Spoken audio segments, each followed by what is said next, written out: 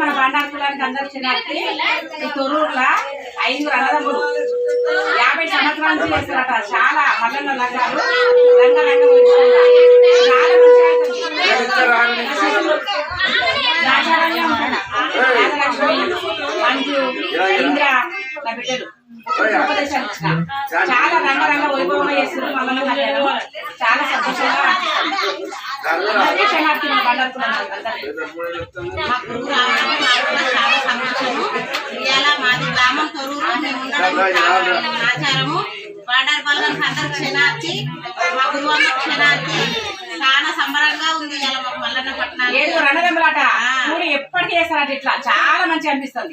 ఇట్లా ఉండాలి అన్నదమ్ములు అంటే.